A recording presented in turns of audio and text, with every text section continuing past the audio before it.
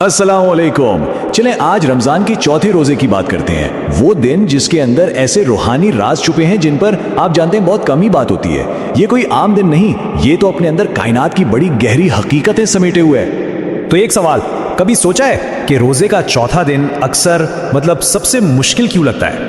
पहले 2-3 दिन का जोश ठंडा पड़ जाता है ना, लेकिन असल राज पता है क्या है? यही मुश्किल, यही कमजोरी असल में तो एक बहुत बड़ी रूहानी ताकत का दरवाजा है। देखें, इस दिन का जो पहला राज है ना, वो है इसकी बातनी तब्दीली की ताकत। समझ लें कि ये दिन रूह के लिए एक भट्टी है, आग की भट्टी, जहां सारी नफसानी ख्वाहिशात जलकर बिल्कुल राख हो जाती हैं। हम सब जानते हैं कि कुरान पाक रोजे को एक ढाल कहता है, एक शील्ड। लेकिन सवाल तो ये उठता है कि चौथा रोजा किस चीज के खिलाफ ढाल बनता है? इसका जवाब ही इस दिन का शायद सबसे बड़ा राज है।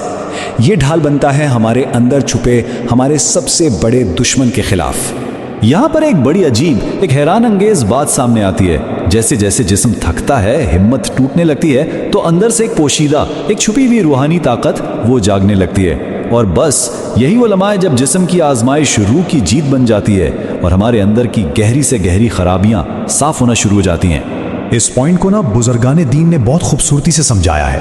वो फरमाते हैं कि चौथे रोजे की जो तपिश है, जो गर्मी है, वो इंसान के अंदर के तकब्बुर और अना को, यानी कि ईगो को ऐसे जलाकर राख कर देती है जिससे सालों साल की इबादत भी खत्म नहीं कर पाती। ये है इस दिन की असली ताकत।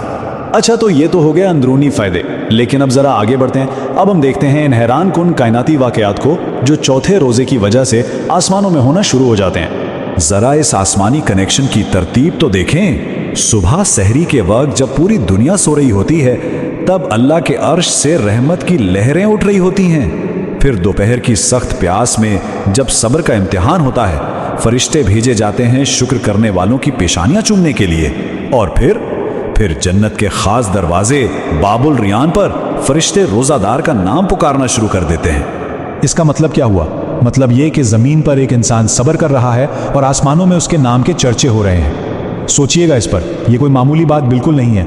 ये एक हकीकी, एक बराए रास्त ताल्लुक है जो इस खास दिन पर कायम होता है। और इस गैबी मदद का सबूत एक तारीखी वाक़े में मिलता है। एक ऐसे अल्लाह वाले की कहानी जिनका ईमान इतना पक्का था कि पहाड़ भी हिला नहीं सकते। जरा मंजर तस्वुर करें, एक अल्लाह वाले हैं चौथे रोजे की हालत में और जलते हुए तपते हुए सहरा में खड़े हैं। पानी का एक कतरा भी नहीं है आसपास, और ऊपर से दुश्मनों ने उन्हें चारों तरफ से घेर लिया है। उनका बस एक ही मकसद है, किसी तरह उनका रोजा तड़वा दिया जाए। इस इंतहाई सख्त आजमाइश में वो अल्लाह वाले आसमान की तरफ देखते हैं और कहते हैं, ए अल्लाह, मेरा ये चौथा रोजा सिर्फ और सिर्फ तेरी रजा के लिए है। अगर मैं प्यासा मर भी जाऊं ना, तेरी मोहब्बत पर कोई हर्फ नहीं आने दूंगा। और बस जैसे ही ये अल्फाज उनकी जुबान से निकले, फौरन गैब से मदद आई।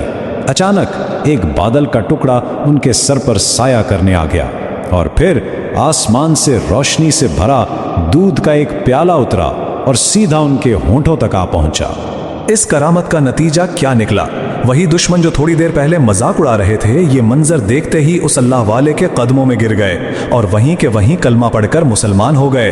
ये है चौथे रोजे की ताकत। चलें अब आते हैं आखिरी और शायद सबसे अहम राज की तरफ। ये वो हिस्सा है जिसका हम सबको इंतजार होता है कि इस ताकतवर दिन में दुआ की कबूलियत को यकीनी कैसे बनाया जाए। बुजुर्गाने दीन एक बहुत बहुत बड़ा राज बताते हैं। वो फरमाते हैं कि इफ्तार से ठीक 5 मिनट पहले आसमान पर एक गैबी खिड़की खुलती है, एक ऐसी खिड़की जिसका ताल्लुक बराह रास्त बारगाहे इलाही से होता है।